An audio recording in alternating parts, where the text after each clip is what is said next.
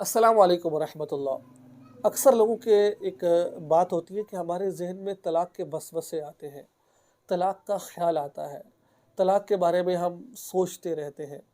کیا طلاق کے بارے میں سوچنا، طلاق کے وسوسے آنا، طلاق کا خیال آنا، بعض دفعہ کسی سے طلاق کی بات کر رہے ہوتے ہیں، کسی کو سمجھا رہے ہوتے ہیں، کیا اس سے طلاق واقع ہوگی یا نہیں ہوگی؟ آج کا سوال یہ ہے، بہت اہم سوال ہے۔ دیکھیے، طلاق ایسے نہیں ہوتی ہے۔ طلاق اس وقت جب آپ کی نیت ہوتی ہے، ٹھیک ہے؟ تو اب ایسے طلاق نہیں ہوگی، آپ کو وسوسہ ہے طلاق کا تو اس سے طلاق نہیں ہوگی۔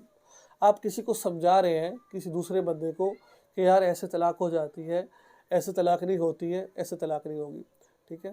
اچانک آپ کے ذہن میں طلاق کی بات آئی، ایسے طلاق واقع نہیں ہوگی۔ جب تک آپ بیوی کی نیت کر کر، بیوی کا ارادہ کر کر طلاق نہیں دیں گی، اس وقت تک طلاق واقع نہیں ہوگی۔ جب آپ بیوی کا ارادہ کر کر، نیت کر کر طلاق دیں گے، اس وقت طلاق ہوگی۔ جب بیوی کو مخاطب کر کر یہ کہیں گے طلاق طلاق، پھر اس وقت طلاق ہوگی۔ یا کوئی قرائن پائی جائیں گے کہ آپ طلاق دے رہے ہیں، اس وقت طلاق ہوگی۔ ایسے آپ بات کسی سے کر رہے ہیں، طلاق نہیں ہوگی۔ خیالات آنے سے، وسوسے آنے سے، کہ لوگوں کو وسوسوں کی بیماری ہوتی ہے، خیالات کی بیماری ہوتی ہے۔ خیالات کے آنے سے، دماغ میں خیالات، طلاق کا خیال آیا تو طلاق واقع نہیں ہوگی، وسوسہ آیا طلاق واقع نہیں ہوگی، کسی کے ساتھ بات کرے طلاق واقع نہیں ہوگی، ٹھیک ہے؟